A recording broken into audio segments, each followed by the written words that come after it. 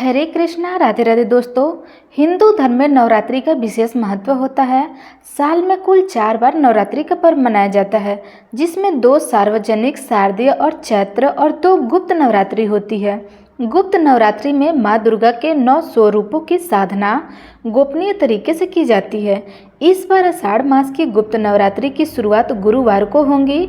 9 दिनों तक माँ दुर्गा के अलग अलग स्वरूपों की विधिवत पूजा अर्चना की जाएंगी।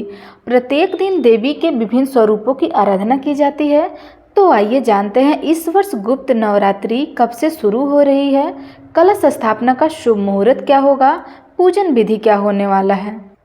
साल 2025 में आषाढ़ मास की गुप्त नवरात्रि की शुरुआत 26 जून गुरुवार से हो रही है और इसका समापन 4 जुलाई शुक्रवार को होगा। इस बार नवरात्रि का पर्व पूरे 9 दिनों तक मनाया जाएगा, जिसमें माँ दुर्गा के 9 स्वरूपों की विशेष साधना की जाएंगी। अब जानते हैं कलश स्थापना का शुभ मुहूर्त क्या रहने वाला है। गुप्त नवरात्रि की शुरुआत प्रतिपदा तिथि से हो रही है, जो इस बार विशेष रूप से शुभ मानी जा रही है, क्योंकि इस दिन सर्वार्ध सिद्धि योग भी बन रहा है। यह योग सुबह 8:46 से लेकर अगले दिन 27 जून को सुबह 5:31 तक रहेगा। इस योग में किए गए हर कार्य सफल और फलदायी माने जाते हैं। अब जानते हैं घट स्थापना का शुभ मुहूर्त। गुप्त नवरात्रि की पूजा विधि। गुप्त नवरात्रि की पूजा विधि विशेष रूप से अनुशासित और श्रद्धा से की जाती है। सुबह जल्दी उठकर स्नान आदि करके शुद्ध हो जाएं, फिर नवरात्रि पूजा की सभी आवश्यक सामग्री एकत्रित कर दें। अब जानते हैं मूर्ति की स्थापना। माँ दुर्गा की प्रतिमा को लाल वस्त्र से सजाएं। एक मिट्टी के पात्र में जौ चने के बीज बोकर उसे पूजा स्थल पर रख दें। नवमी तक प्रतिपदा तिथि उसमें जल का छिड़काव करते रहें। अब जानते हैं कलश स्थापना की विधि क्या होती है।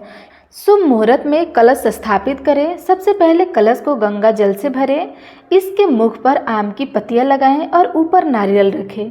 फिर कलश को लाल कपड़े में लपेटें और कलावे से बांधें। अब इस कलश को जौ वाले मिट्टी के पात्र के पास रख दें। फूल, अगरबत्ती, दीप, कपूर आदि से माँ दुर्गा की पूजा करें। 9 दिनों तक दुर्गा माता के मंत्रों का जाप करें और उन्हें नित्य भोग अर्पित करें। हर दिन माता के एक एक रूप की आराधना करें और सुख समृद्धि की प्रार्थना करें। अष्टमी या नवमी के दिन 9 कन्याओं को आमंत्रित करें, उन्हें पूजन कर आदर पूर्वक भोजन कराएं। पूड़ी, चने और हलवे का भोग लगाकर प्रसाद रूप में कन्याओं को अर्पित करें। इसके बाद नवरात्रि के अंतिम दिन यानी नवमी या दशमी को माँ दुर्गा की पूर्ण विधि विधान से पूजा करें। आरती करके फूल, अक्षत, चावल चढ़ाएं और मंत्रों का उच्चारण करें। साथ में कलश को विसर्जन भी कर दें।